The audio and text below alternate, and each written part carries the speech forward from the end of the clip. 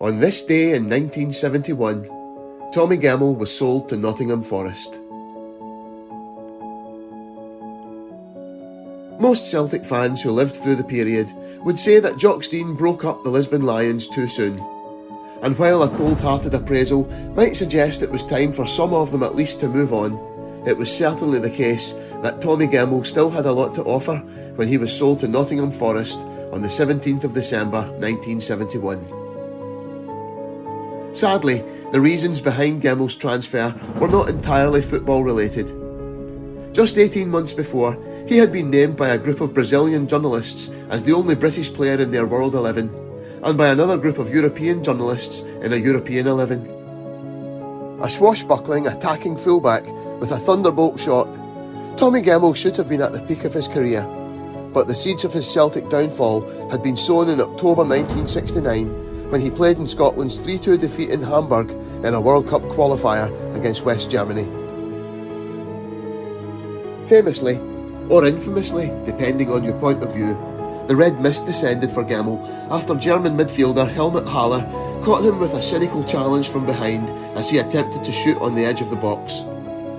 Turning around, Big Tam chased a startled Haller and almost comically booted him up the backside. As the German writhed on the ground, Gemmell was inevitably ordered off. Jock Stein was in Germany for the match, and after the party returned to Scotland, drove Gemmell, Billy McNeil and Jimmy Johnston to the Marine Hotel in Troon, where Celtic were preparing for that weekend's League Cup final against St Johnstone. Nothing had been said on the way about the Haller incident. The extrovert Gemmell loved to hang around outside the ground for as long as possible on match days, talking to friends, signing autographs and soaking up the atmosphere. And the day of the final was no different. But as he finally came into the dressing room, it was to see Davy Hay, the regular right-back that season, pulling on the number 3 shorts. He was then unceremoniously handed 2 stand tickets by Jim Kennedy, while Stein walked past him without a word. Gemmell wrote in his biography, Lionheart, "I said, 'Good luck, Davy,' and walked out of the dressing room. I felt terrible, completely drained. I could not believe what had happened." Jock Stein's hand may have been forced by chairman Bob Kelly, who believed the clash with Haller had embarrassed the club, and he had to face some sort of punishment. A deeply upset Gemmell met with his manager and demanded to know if he would have been dropped if the final had been against Rangers rather than St Johnstone. He was unconvinced by Stein's insistence that he would have. The incident soured their relationship, and Gemmell handed in a transfer request that was still on the table when he scored a scorcher against Benfica at Celtic Park in a 3-0 win in the second round first leg of the European Cup on the 12th of November 1969. A truce was called, but Gemmell's relationship with Jock Stein was never the same afterwards. Despite hearing many times of potential moves over the next 2 years, including interest from Barcelona, Stein insisted he had never received a single offer. Despite his deteriorating relationship with Stein, Gemmell remained first-choice left-back for the rest of the season and became the first Scottish player to score in 2 European Cup finals on the 6th of May 1970, when he opened the scoring on that dreadful night against Feyenoord. Following the defeat in Milan, the squad headed to North America for what turned out to be a disastrous summer tour. Many players were resentful over Jimmy Johnston being excused for a trip none of them wanted to be on after the trauma of Milan, and Jock Stein left in the middle of a match against Barry, going home amidst rumours he was to become the new Manchester United manager. Leaving Sean Fallon in charge, he instructed his assistant to make sure Gemmell and Bertie Auld, who had both upset him with their attitude on the tour, did not play again. After the pair left a supporters' function to hit the hotel bar, Fallon sent them both home.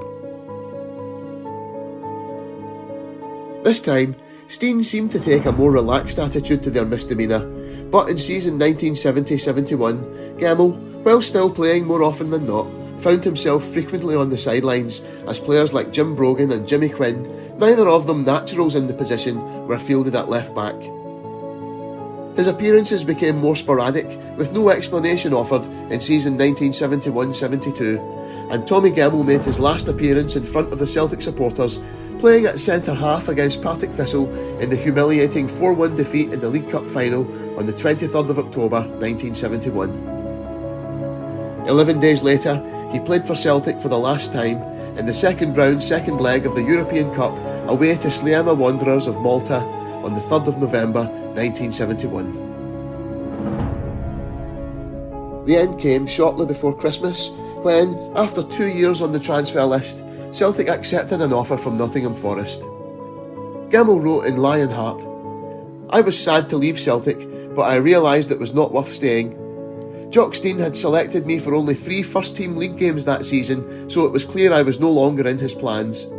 I did not want to hang around simply to play in reserve football, especially when the people who had come into the team in my place were not, in my opinion, fit to lace my boots. I just wanted to get to a club where I would not be messed about." At the age of only 27, Tommy Gemmell, once regarded as the best left-back in the world, left for a team in the bottom half of the English First Division. A measure of how good Gemmell was is that it took over 20 years to adequately replace him. Celtic reached European Cup semi-finals in 1972 and 1974, conceding goals in only one of the 4 matches, but not scoring in any of them. How often in the past had Tommy Gemmell broken the deadlock against stubborn opposition with thunderous shots from distance? It's not fanciful to think another European Cup final could have been reached had Gemmell been available as he should have been. Tommy Gemmell was definitely gone too soon.